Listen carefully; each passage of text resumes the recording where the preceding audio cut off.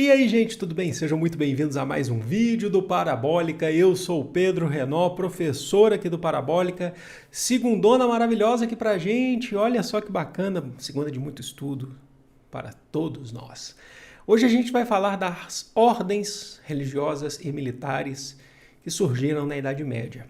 Falta esse tema aqui para a Idade Média, a gente tem mais de 10 temas, mais de 10 vídeos, acho, sobre a Idade Média, se a gente unir tudo, sobre filosofia e tudo, mas vamos falar hoje, faltava isso, falar das ordens religiosas e militares. Então já se inscreve no canal e curte esse vídeo, porque vocês irão sempre ajudar o canal a crescer, é algo que eu lhes peço, porque isso vai ajudar demais. A gente quer chegar agora, a nossa meta é de 400 mil inscritos e vamos continuando aqui nessa toada, conteúdo completo para Enem, demais vestibulares, filosofia, sociologia, história, por aí vai. Gente, as ordens religiosas, elas têm uma certa lenda em cima dessas ordens religiosas. A gente até vai falar de onde se origina essas lendas colocadas em cima dessas ordens, e a gente vai falar das principais ordens aqui, os objetivos, como que elas funcionavam, como elas surgiram ali na Idade Média. Essas ordens, elas surgiram principalmente no século XII, na Idade Média, com o advento das cruzadas. Eram ordens religiosas que tinham trabalhos específicos, principalmente em Jerusalém. Nas cruzadas, você tinha aquela disputa, entre cristãos e muçulmanos para ver quem ficaria com Jerusalém. A gente tem uma aula de cruzados aqui que eu deixo para vocês.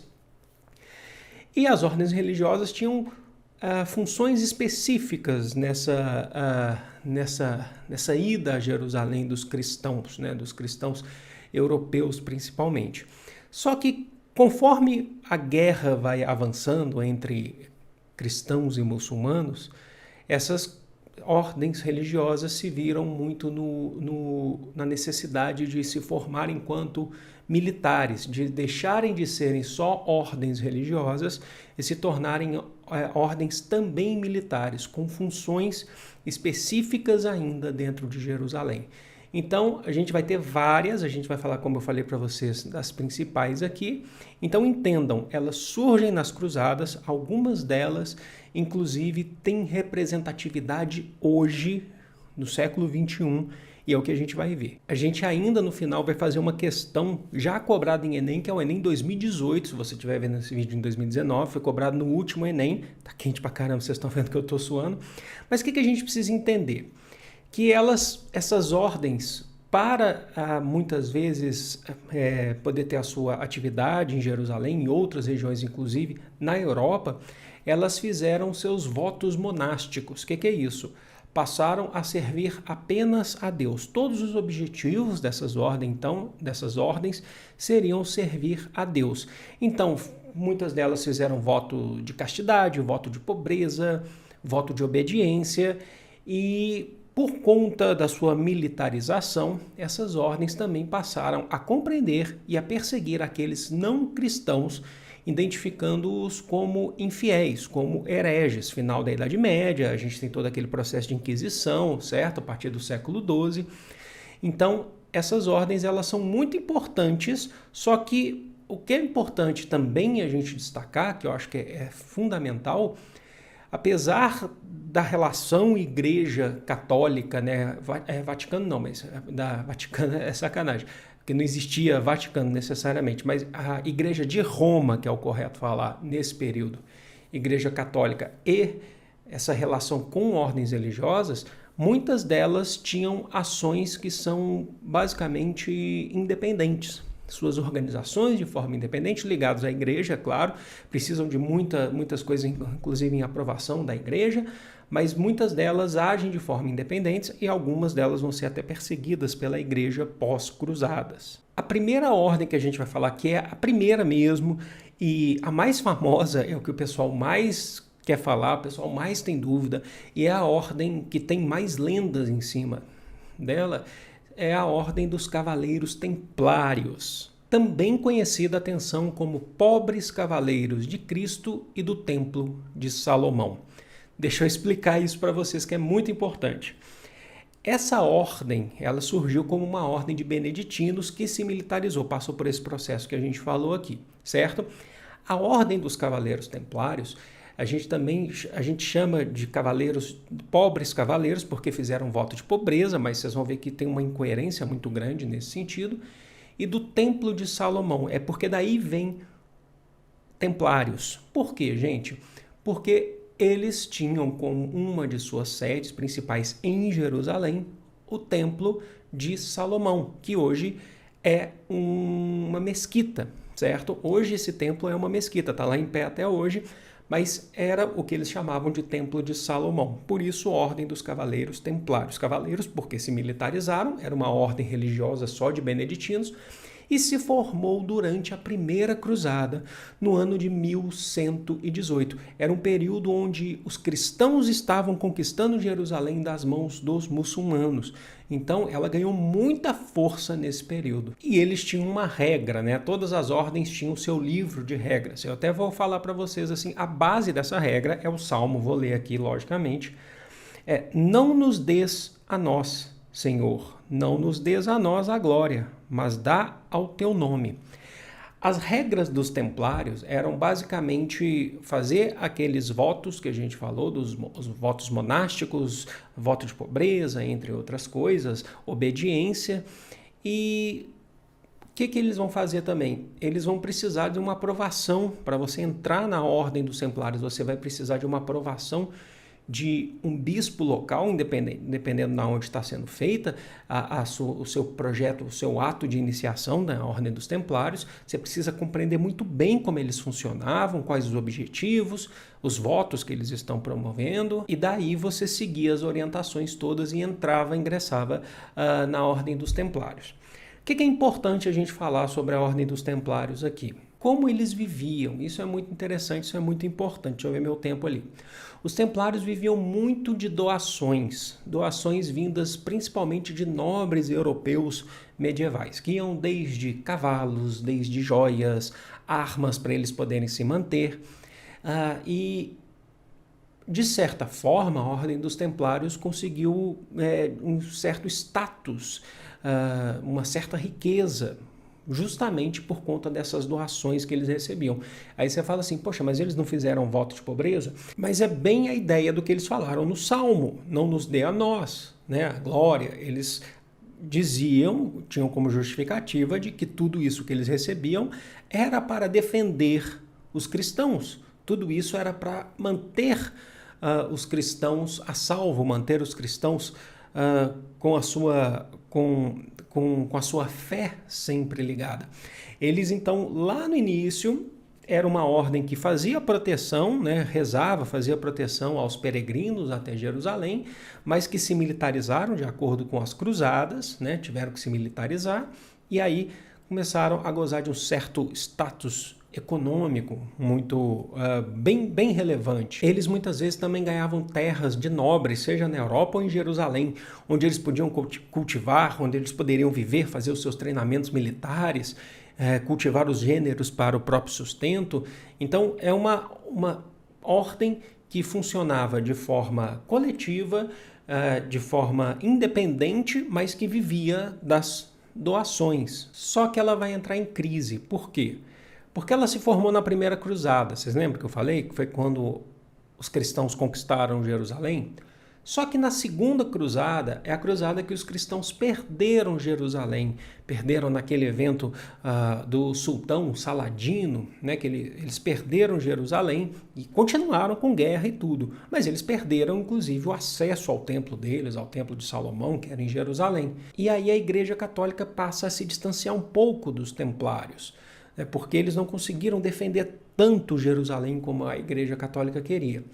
Então, já perdendo bastante força, mas ainda com sedes na Europa, principalmente na França, lá no século XIV, vai acontecer um evento que vai ser terrível para os templários. O rei Filipe IV da França era um reino, não era um Estado nacional, Filipe IV o Belo, né, chamado de Filipe IV o Belo, lá entre os séculos XIII e XIV, ele vai acusar os templários, vai falar para a Igreja Católica. Ele tinha uma influência muito grande no Papa, que era o Papa Clemente V, e era um período que a sede da Igreja Católica não estava em Roma, estava na França, no sul da França, na cidade de Avignon. Então, o rei francês ele acabava tendo uma influência muito grande em cima dos líderes católicos. E aí o Filipe IV o Belo vai acusar os templários, lá no século XIII para XIV, de promover heresias, de promover enriquecimento ilícito. No final das contas, se sabe muito bem que o Filipe IV ele era um devedor aos templários, ele devia proteção aos templários, os templários protegeram a família dele por um bom tempo. E aí ele acusou, já que ele era influente na Igreja Católica, para não pagar as dívidas referentes aos templários, ele tinha medo de ser ameaçado de morte nas mãos dos templários, então ele acusou os templários para o Papa Clemente V, já que ele tinha muita influência. E o resultado disso é que em 1312, através de uma bula papal chamada Vox Clamantis, o Papa Clemente V vai colocar fim aos templários. Os templários vão ter que deixar de existir perante a Igreja Católica. E aí eles começaram a perseguir os templários e matar os templários. Eles morriam na fogueira, né? O suplício, né? Até o último templário na França, Jacques de Molay. O Jacques de Molay foi o último líder dos templários, não era o último templário, mas era o último grande líder, né? Que eles vão chamar de grão-mestre dos templários. O Jacques de Molay, ele foi morto na fogueira. Há quem diga que ele tinha outros nomes de templários espalhados pela Europa para falar, mas ele preferiu morrer do que falar em tortura, então ele acabou sendo queimado na fogueira. Ele acabou virando um grande símbolo de companheirismo por não ter falado o nome, preferiu a morte. E aí os templários, de fato, acabaram. Muitos vão dizer que eles continuaram pela busca por tesouros, por enriquecimento. Tem aquela velha história também dos templários em busca do Santo Graal, né, de Cristo, que eles continuaram se reunindo às escondidas durante todos os séculos, passaram pelo Renascimento, e há quem diga também que os templários eles chegaram até o século XVIII, influenciando no iluminismo e depois nas práticas maçônicas, mas a real é que os templários, isso tudo pode ter acontecido de fato, se você de fato acreditar, mas os templários de fato, oficialmente, eles são perseguidos e eles fecham em 1312. Você tem até influências de templários em outras partes também. Tempos depois a gente vai ter uma ordem baseada nos templários, que são os Cavaleiros de Cristo, em Portugal, que vão lutar junto com a Revolução de Avis, né, que deu origem ao Estado Nacional Português, mas aquele templário que a gente falou que surgiu lá em 1118, na Primeira Cruzada, eles foram perseguidos ali no século XIV, no início do século XIV. A segunda ordem, que talvez seja a segunda mais conhecida e tem atuação até hoje, é a Ordem de São João de Jerusalém, só que vocês vão conhecer ela muito mais hoje como Ordem de Malta, que a gente vai explicar por quê aqui, e mais conhecida ainda como a Ordem dos Hospitalares, que funciona até hoje, a gente vai ver, funciona hoje como Ordem de Malta, certo? Tá muito quente, vocês estão vendo que eu estou suando bastante aqui. Não tem jeito, Belo Horizonte está com 40 graus, sabe?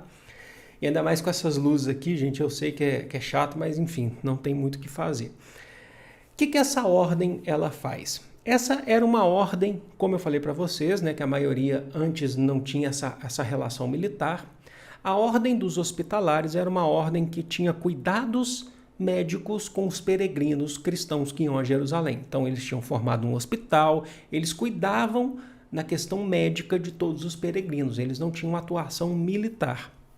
Só que, como vocês sabem, com o advento das cruzadas também se viu a necessidade desses hospitalares, dessa Ordem de São João de Jerusalém, entrar no conceito de cruzadas militares, né? É interessante isso, porque isso é o exemplo da cruzada. A cruzada é aquele cavaleiro que vai com a espada para derrotar os muçulmanos e vai com a cruz, né, na outra mão. Então eles passam a ter uma atuação militar também, além da questão de cuidados médicos, de cuidar de hospitais, de feridos, pessoas cansadas, famintas, eles também iam nesse processo de guerra. Eles passaram a ter esse processo de guerra a partir de 1136, certo? Só que devido à sua grande importância, a grande importância, um pouco antes da formação dos hospitalares enquanto militares, o Papa Pascoal II tinha dado um certo status para eles, para os hospitalares. tinha concebido aos hospitalares o direito deles, inclusive, terem muito mais autonomia, como escolher os seus próprios líderes, porque antes eles tinham uma influência muito grande papal enquanto ordem religiosa, então eles poderiam escolher os seus grão-mestres, os seus próprios líderes, sem interferência do clero, né, clerical. E aí um outro papa, depois do Pascoal II, aí, a gente vai ter o Inocêncio II, que vai dar uma função militar para eles, que é a função de proteger o Santo Sepulcro. O que é o Santo Sepulcro? Era onde, na verdade, é onde acredita-se, né, os fiéis acreditam que foi erguida a cruz de Cristo, certo? No Santo Sepulcro, um lugar extremamente religioso para os cristãos. E aí, os hospitalares, além de cuidar de feridos, eles protegiam dos muçulmanos e entravam em guerra para proteger o Santo Sepulcro. Então, eles têm uma função um pouco diferente dos templários, como a gente falou durante as cruzadas. Os templários, eles ficavam lá no Templo de Salomão, eles tinham um processo de guerra muito mais abrangente. Os hospitalares, eles tinham mais uma proteção localizada no Santo Sepulcro. Logicamente que eles perderam força, foram expulsos de Jerusalém com a Segunda Cruzada, quando os saladinos muçulmanos tomaram Jerusalém, mas eles, diferente dos templários, eles não foram perseguidos assim pela Igreja Católica, pelo clero católico. Eles foram mais reconhecidos nesse sentido. E eles existem até hoje, não com atividades militares, isso é muito importante que vocês saibam. E é bem interessante a história deles hoje, porque eles hoje são chamados aí de Ordem de Malta.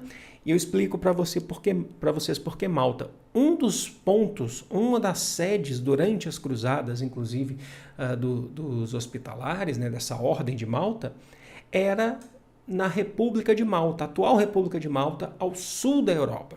Hoje eles não têm assédio mais na República de Malta, mas eles têm uma sede, um prédio dentro de Roma, com ligação direta com o Vaticano. Só que o mais interessante é que eles, lembra que eu falei da independência? Eles são considerados, eles têm um poder, mesmo estando dentro de Roma, mesmo estando próximo ao Vaticano hoje, eles têm um poder soberano. E eles são reconhecidos, inclusive, pela ONU, tendo representatividade na ONU. E o que eles fazem hoje? Como ordem dos hospitalares, hoje eles atuam junto à Cruz Vermelha. Além de atuar junto à Cruz Vermelha, e eles também atuam com vários outros projetos, entidades humanitárias no mundo. Então, eles, inclusive, têm essa ligação com a ONU, principalmente na questão humanitária. Eles existem até hoje, tem um prédio em Roma, e eles são considerados uma espécie de grupo que não pertence ao Estado italiano, não pertence necessariamente ao Vaticano, é um grupo soberano, independente e internacional, na verdade, universal. Olha que interessante, né? Gente, então vamos fazer a questão que foi cobrada no Enem 2018, ano passado. Eu achei que foi uma questão relativamente fácil, que foi justamente sobre os hospitalares. Vamos lá. A existência em Jerusalém de um hospital voltado para o alojamento e o cuidado dos peregrinos, assim como daqueles entre eles que estavam cansados ou doentes, fortaleceu o elo entre a obra de assistência e de caridade e a Terra Santa, que é Jerusalém. Ao fazer, em 1113, do Hospital de Jerusalém um estabelecimento central da ordem, Pascoal II, que é o Papa que a gente falou, estimulava a filiação dos hospitalários do Ocidente a ele, sobretudo daqueles que estavam ligados à peregrinação na Terra Santa ou em outro lugar. A militarização do Hospital de Jerusalém não diminuiu a vocação caritativa primitiva, mas a fortaleceu. Então o texto está falando que eles já trabalhavam com o hospital aos peregrinos e aos doentes em Jerusalém, e aí o Papa Pascoal II transformou o hospital em Jerusalém em algo central, certo? Deu uma importância, um status, e posteriormente eles vão se militarizar, é o que a gente falou aqui inclusive. O acontecimento descrito vincula-se ao fenômeno ocidental Qual fenômeno ocidental? A. O surgimento do monasticismo guerreiro ocasionado pelas cruzadas. B. Descentralização do poder eclesiástico produzida pelo feudalismo. C. Alastramento da peste bubônica provocado pela expansão comercial. D, afirmação da fraternidade mendicante, vem de mendigar, né? Estimulada pela reforma espiritual. E E, criação das faculdades de medicina promovida pelo renascimento urbano. E aí, gente, para pensar aí. Se você colocou a alternativa A, você acertou. Ó, surgimento do monasticismo, que seria aquele processo que a gente falou de eles agora terem votos, né, para Deus. Eles tinham um voto para Deus, eles já trabalhavam, atuavam, tinham a sua função lá no hospital em relação a Deus, e agora é guerreiro.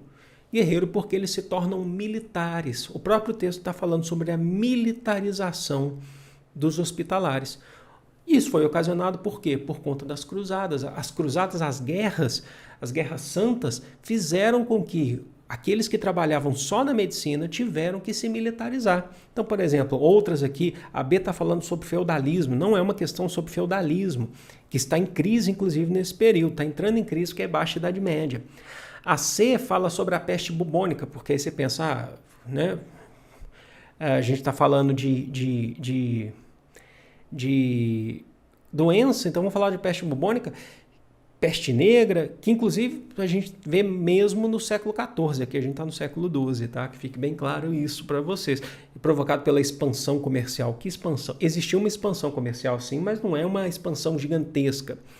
A D está falando a afirmação da fraternidade mendicante estimulada pela reforma espiritual. Que reforma é essa que estão promovendo? E a E diz criação das faculdades de medicina promovida pelo renascimento urbano. Acho que é meio diferente isso, tá? O renascimento ele ainda está para surgir nesse período. Ele vai surgir em breve, mas ainda não. Gente, é isso. Espero que vocês tenham curtido, espero que vocês tenham gostado. Eu peço desculpas aqui pela suadeira aqui mesmo, janela fechada para não acordar vizinhos, porque eu estou gravando, vocês estão vendo esse vídeo na segunda, eu estou gravando domingo à noite, acabei de preparar essa aula, vim gravar, e luzes na cara, mas o importante é o conteúdo que a gente passa aqui.